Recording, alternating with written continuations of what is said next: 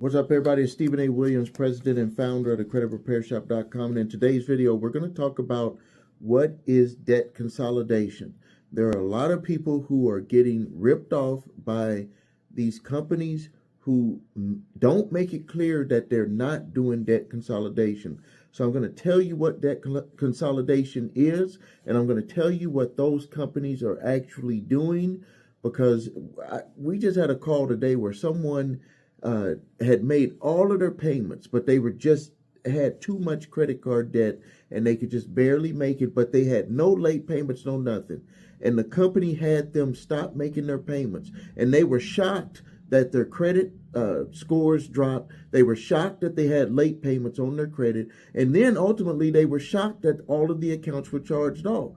So you could think about this. If you have 7 accounts that or one day, a few months ago or 6 months ago, you were paying on them, but yeah, you were struggling, but you were paying on them, and then you stopped paying, you had the late payments, and you're still thinking, okay, I'm in some debt consolidation program, and then after they all charge off, your credit is in the 500s from a person that had almost an 800 credit score. So I'm going to talk about how these companies are misleading people. And then I'm going to talk about what debt consolidation actually is. And then also I'm going to talk about frozen bank accounts. This is it's not a new thing that debt collectors can use, but it's a new strategy that they are putting into place. And I'm going to tell you exactly how they are using this to get people to sign off and make payments to them. And this is especially jumping off in states that do not allow wage garnishment. And I'm going to talk about that too. So I'm going to break that down. But before I get started, I want to send my condolences out to Joe Madison. He was on XM Radio. Joe Madison was fighting for civil rights for years. He worked in Detroit with the NAACP. He was an organizer of several boycotts. One that he spoke about in Detroit was when they didn't allow African-American people to go to the park to have barbecues at a public park, that they actually would tell people, it was in Dearborn at that time, that they could not go and have a picnic, that people were harassing them and then the police would come and throw them out. There was numerous other ones that he had fought for civil rights with. One was one that comes to my mind also is with Dick Gregory, where they went and protested right in front of the CIA, and because the CIA was actually bringing was allowing drugs to be brought over because of the trade exchange of weapons with the Iran-Contra issue. And then recently, among other things, I mean, there's too many to speak on, but recently he actually had a hunger strike because they wanted to get the lynching bill passed. I believe it was for the lynching bill, and it did end up getting passed. Or one of them, it was. Forgive me if I don't have it for the right one, but he had I think it was 70 something days or 80 days of a hunger strike. So someone who would do that for his people, that meant that he was 100% for us. And really, he was 100% for everybody, not just black people, but he especially for black people because of what we had to go through. And then, so I want to send my condolences to his wife, Sherry. They were both, I would listen to them on the way to work on XM Radio. And then Daryl Green, I don't know if that's the last name, but Daryl, and then Sam. That was his team that they had for years. I had listened to him. All right, so now let's move on. What made me want to make this video is we are getting bombarded with people that are calling us, emailing, and the conversation starts off like this, where they want us to help them with their credit, and then we look at their credit reports and we're like, what's going on with it? Because we always want to know the story behind what's going on. And when accounts are recently charged off, we really want to know the story, because a recently account charged off could be we like to prepare people that you're going to probably be in line for a settlement situation to be able to repair your credit, unless you have some sort of hardship that we can lean on to potentially get them written off with a 1099-C. But if so, when we see that and we ask the question, we're getting a lot of people who are signing up with these debt settlement companies, and they're thinking that they're doing a debt consolidation. And the reason why they think they're doing a debt consolidation is because the company says they're telling them to stop paying their credit card debt and that pay us one payment, not us, but them one payment. And so the people in their own mind are thinking that the debts are consolidated. Because all they listen to is stop paying them, start paying us. You're saving from what you're paying us, because maybe you were paying $3,000 a month. Now you pay us $1,500 a month, or them. Don't get it mixed up with our company. They would pay them $1,500 a month, but they think that that's going to their debt. Technically, it will be, but not in the way that they think. So first, what I want to do is I want to tell you what debt consolidation is. Debt consolidation is when you get a loan and it is going to pay off those debts that you have, and you're going to pay one payment to one lender. It is not going to ruin your credit. So one easy way to make sure that you're getting a debt consolidation loan is you say, are you paying off all of my other debts? Because obviously people are not asking that question to these companies that are doing this. So again, a debt consolidation loan is where you take one amount of money and you put it to pay off the other debt, and you pay one payment. Your credit does not get ruined. Your credit might go down a little bit just because you got another loan, but it's going to go up because you paid off all of that other debt. And what we hope people don't do when they get a debt consolidation loan is go and recharge on those cards. So now you had a consolidation loan and now you're recharging those cards again. So I would advise people close out those cards, maybe just keep one, and you're going to take a ding in your credit. But remember, you just got a debt consolidation loan because you couldn't manage what you had with all that credit card debt. So don't mess around and get yourself in trouble. That's what a debt consolidation loan is. Now, where people are getting confused is that they'll say you're consolidating your debt. They're using a play on words. They say you're consolidating your debt. Now, first, let me talk about all the different names that these companies are going by. It used to be debt relief. It used to be debt settlement. And then they got a bad name, and now they say debt relief.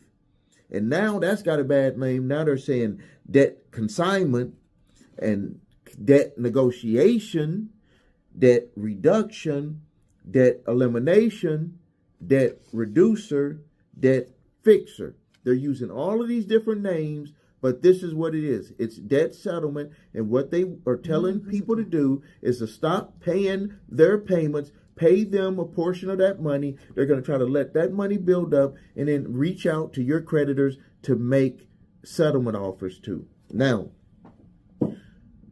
I've recently worked with some companies, and they have not debt settlement companies, with some creditors. And I can tell you that some of the creditors and even collection companies that are doing work for the creditors, they are saying that they do not want to deal with any debt settlement company. Now, not the lawyers or the debt collection company that's collected for the plaintiffs, the credit card companies. The credit card companies are saying, we don't want to negotiate with any of them because they're telling our clients to stop paying their credit card payments. So why would we want to deal with anybody who is telling their client to deal with us in bad faith?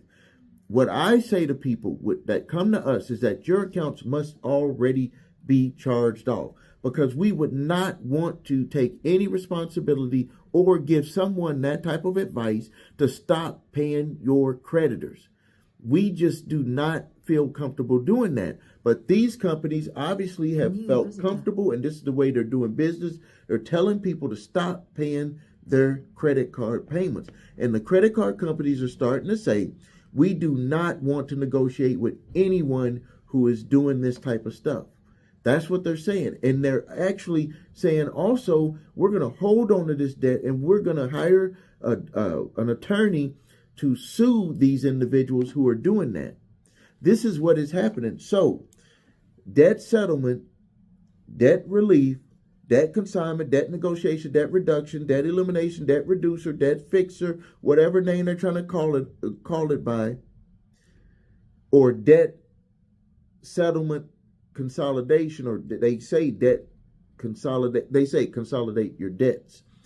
Any of those names, you got to beware, and you got to ask them the right questions. Now, I'm not saying that it won't work, but people are getting into these things without knowing what can happen. So this is what can happen.